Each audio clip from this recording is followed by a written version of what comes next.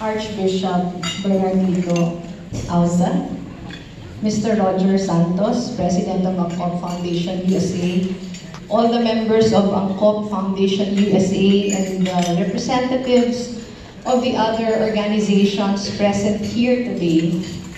Ladies and gentlemen, magandang gabi sa inyo lahat. It is always pure joy and a deep sense of honor for me to grace ANCOP's events and activities. Inasmuch as when my late husband was still alive, we have been active members of the Couples for Christ. Yay! We joined Couples for Christ in 1992, and we were members until the day he died. Few things can fill my heart with more warmth than the sight of our countrymen, even those already living in faraway shores such as you, gathering together in a beautiful night such as this for the benefit of those who have been both literally and figuratively left behind. That in the relative comforts of your new lives, you still think about those who are suffering back home is a testament to who we are as Filipinos at our very core. Brothers and sisters who will never stop caring, members of one flock who will never stop believing in the potential of our people and our motherland. This faith in the Filipino people is at times difficult to cultivate. There are many things in the news that may be frustrating for all of us. There are tidbits of information that we hear from our friends and from family members that may shake our confidence in the goodness of our brethren back home. But let me tell you this. In the past 3 years that we have been in office, we have come across hundreds of stories that shape what we know of the plight of our fellow men, their struggles and their triumphs, their failures and their strengths, and the kind of help that will truly empower them and transform their lives. These are the stories that bring us hope, that compel us to action, that encourage us to strive harder and never give up. We constantly listen to our people, not primarily with our ears, but with our hearts, especially those who are marginalized and disenfranchised. When we strive to witness the struggles of their everyday toil, our convictions are strengthened. We do not just have the responsibility to do something. It is our privilege to be in a position to help. The office of the Vice President, as many of you know, is small. We are limited not only by our mandate, as stated in the Philippine Constitution, but more so by our resources. Nevertheless, I told my staff, we cannot sit idly by performing ceremonial functions as nothing but a spare tire. 6 years is too long to do nothing relevant. So we conceptualized Angat Buhay, an anti-poverty program that would allow us to reach communities in need with the help of development organizations and private partners such as yours. Right from the beginning, trust became our most powerful ally. We evolved into a clearinghouse of programs that aims to attack poverty in its most crippling form. Because those who needed help were looking for empowerment, not just aid. And those who approached us with resources were looking for partners, not just beneficiaries. This was a more challenging journey for many communities because, truth be told, it is much easier to do one-time, big-time projects for feel-good events compared with the complicated work of training a community to be self-sufficient. But we persevered. And so far, we have mobilized more than 351 million pesos worth of programs and interventions for more than 405,000 beneficiaries in 211 cities and municipalities nationwide. A total of 347 partner organizations and individuals have committed themselves to our program. Compared with the budget of big corporations, international development organizations, and the administration, this is just a drop in the bucket. But no one can put a price on the transformation and empowerment that is happening in these communities. They are truly priceless.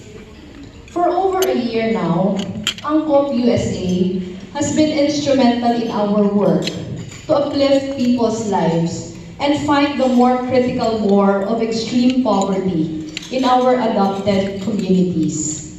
From the very first day that ANCOP and the Office of the Vice President began the journey together, it is clear that we are enjoined by the same purpose, which is to answer the call of the poor. You have been one of our most trusted partners, and on behalf of every Filipino family, you have helped. Thank you for your kindness and generosity. At this point, we will be showing you a short video of what ANCOP and how ANCOP has been helping our communities.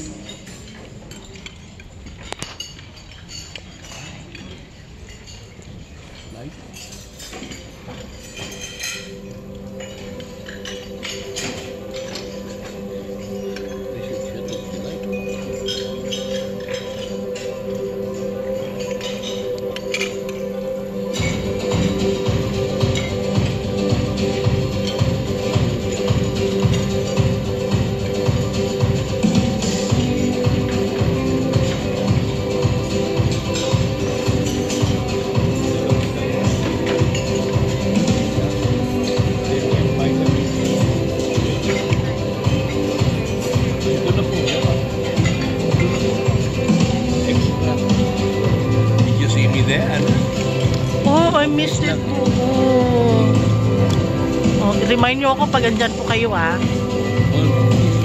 Sige.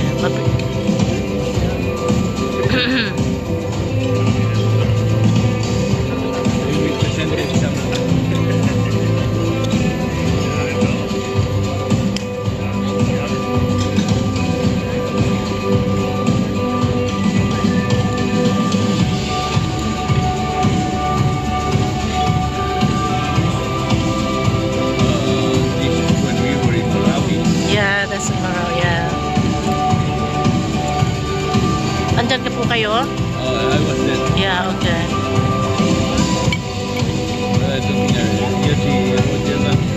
Yeah. We give a lot of relief goods. Yeah. Yung bigas yan. Bigas, isang sako, ano nyo? Oh yeah, we have 500 sacks. Wow, good job po. That's in Marawi.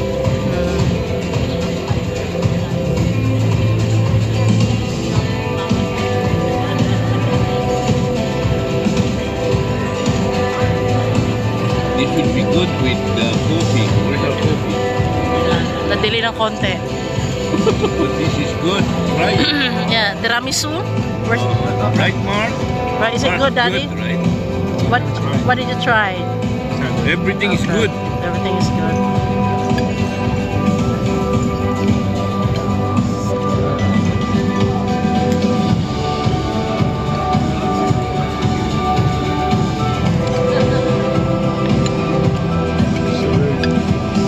Cebu? Who invited you here? Huh? Who invited you here?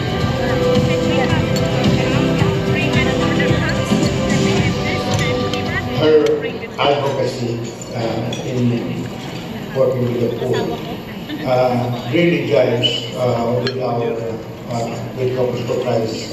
My message to Angat Buhay team is to I think collaboration, working together. We need to know which one that we can fit in.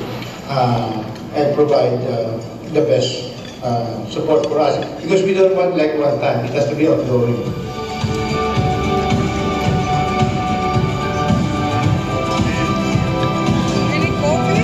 Oh, please. Yes, please. Coffee, yeah, definitely. You just made our life Para po sa Angat Buhay, maraming salamat po perfect. sa inyo. Wow. At Your timing is perfect. bahagi ninyo yung Thank you. tulong po sa amin. Malaking tulong po talaga yun sa aming Yeah. mga warriors na lahat po kami. How about you, Mark? You didn't drink coffee, you don't drink wine, you don't drink anything. That's Wow, tubig. good for you. Tubig lang. Right, Daddy? Tubig only. Really, Mark? Tubig only. Mark. My son is also Mark. Oh, well, the second, the first. Mark lang. That is the first installment video. There is one more at the end of the speech.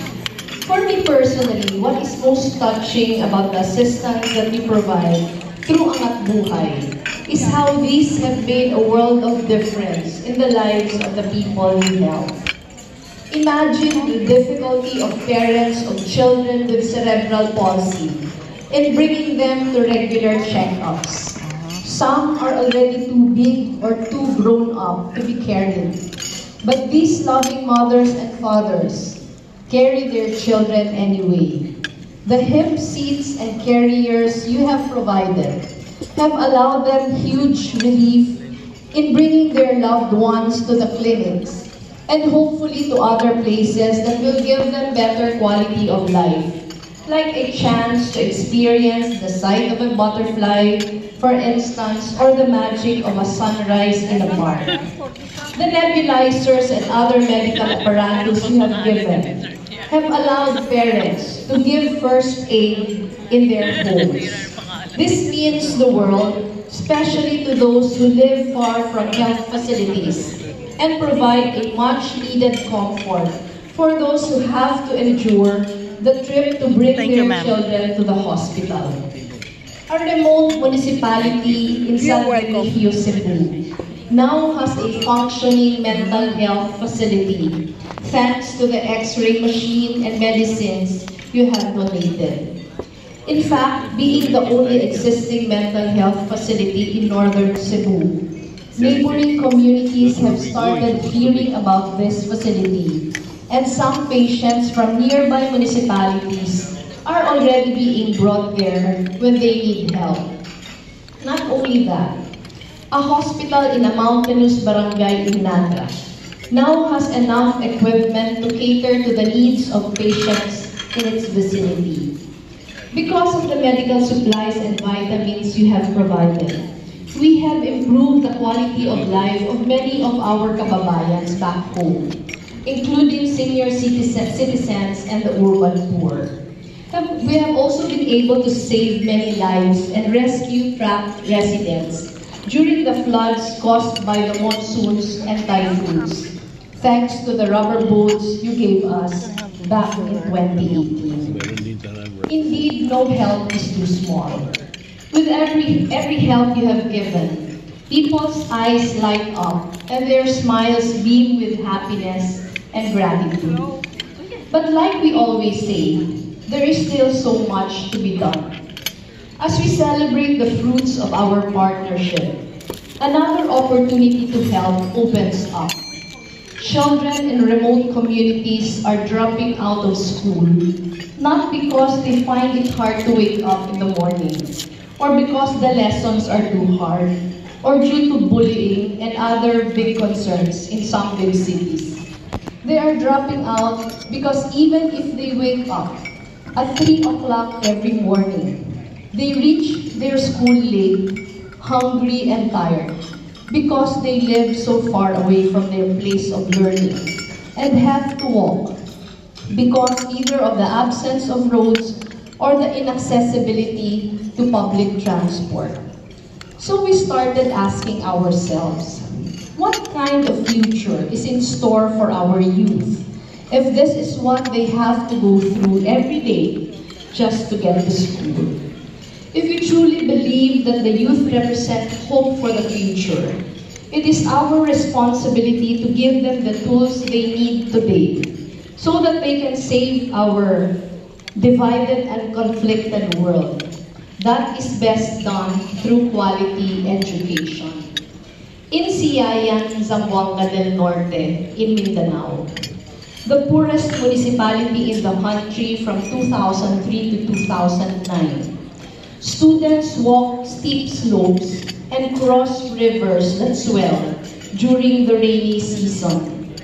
Last month, our Angat Buhay team joined one of the students on his trek home from school. It took them almost 3 hours to reach their house after climbing at least 2 mountains to get there. Dormitories have been the most urgent and effective solution. Through the help of the Yellow Boat of Hope Foundation and the Metro Bank Foundation, we have built one dormitory for boys and another for girls. These dorms are currently home to 60 students of Siaya National High School who now have time to rest and focus on their studies because they now live inside the campus. The students live in the dorms rent-free and follow a daily schedule that includes chores and study time. One mother gave a sigh of relief when we visited. Ang sabi niya, hindi na namin kailangan mag-alala kapag naglalakad sila, lalo na We don't need to kapag worry gabi. when they are walking. The principal of the school also told us that the attendance rate of the students have dramatically improved since the dorms were put up. In another one of our adopted communities, Balangkayan in Eastern Samar, the feet of students are protected only by the frayed and overused rubber slippers as they walk many kilometers of muddy paths to reach school. The children are so eager to learn that they wake up before dawn breaks to travel the hard roads. By the time they reach the campus, however, they are exhausted. This affects their academic performance. Hence, absenteeism becomes widely prevalent. Last week, we went back to Balangkayan to turn over dormitories for the students of Balangkayan National High School and the students of Matarinao School of Fisheries in Salcedo, also in Eastern Samar. One of the dormers in Salcedo is Amara, a grade 12 student who used to pack her uniform in a plastic bag so it won't get wet during her 6-kilometer trek to school.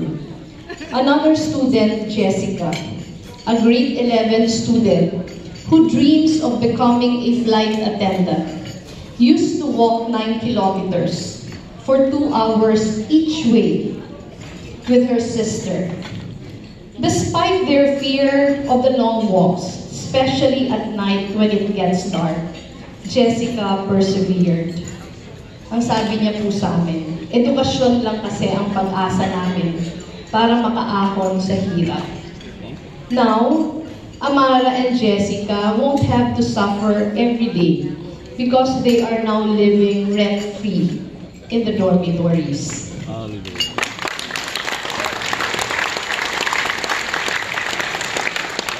Seeing how their stories and lives have been transformed, we are inspired and motivated to reach out to more communities, especially those in the far-flung areas who feel that they have already been forgotten by the government and the world around them.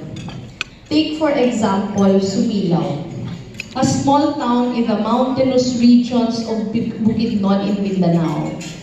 Geographically, Sumilao is surrounded by mounds of highland, canyons, and plantations sprawling in the horizon, unfolding into big picturesque views. Hindi ko alam kung sino dito yung taga Mindanao.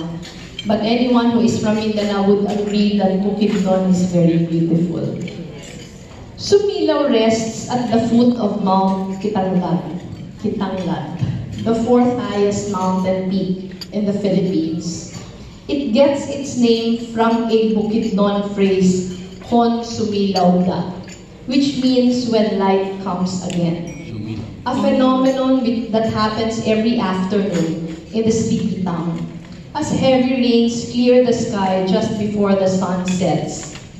This weather and the rain are just some of the challenges that students of Sumilao National High School, Vista Villa Annex, are forced to face. They are sons and daughters of farmers who are forced to walk 13 kilometers each way every day to get to school, passing through raging rivers and rocky roads. The only public transport is a modified motorcycle called habal-habal, which costs a very prohibitive 120 pesos each way. Uy. It is a price too expensive for the children and their families. Kaya naglalakad na lang, imbes na maghabal-habal. Because of this, the province has a very high dropout rate. Money put them there. We have been to Sumilao many times already to give livelihood trainings and farm inputs to farmers.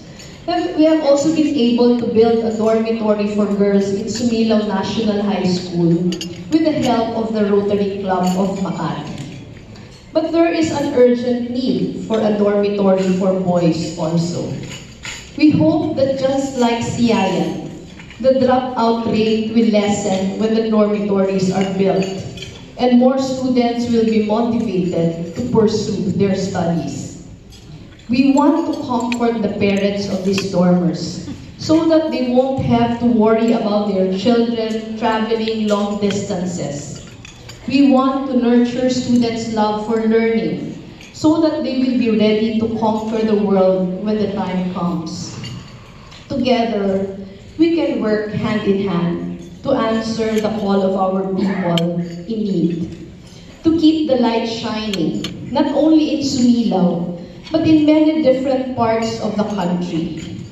We need to be able to set aside our differences, go beyond our usual circles, and discover ways to reach out to others. By empowering one family or one child, and giving them the opportunities to thrive, we are changing the lives of not just one family. We are creating an impact that ripples through an entire community. That as we lift each other up, we are showing our entire nation that we can be so much more. When we first approached ANCOP USA to ask for help in providing for medical equipment back home in Camarines Sur, you did not for 1 second hesitate. The fact that you are holding this fundraising for the second time, this time for the youth of Sumilao, fills our heart with gratitude. We truly cannot thank you enough for the trust and generosity that you give to our communities back home. We hope that we can keep doing this together in many more projects in the future and many more organizations outside of ANCOP USA. Angat Buhay has led us to create wonderful bridges of partnerships with organizations such as yours. And in the process, we have come to know the true meaning of bayanihan.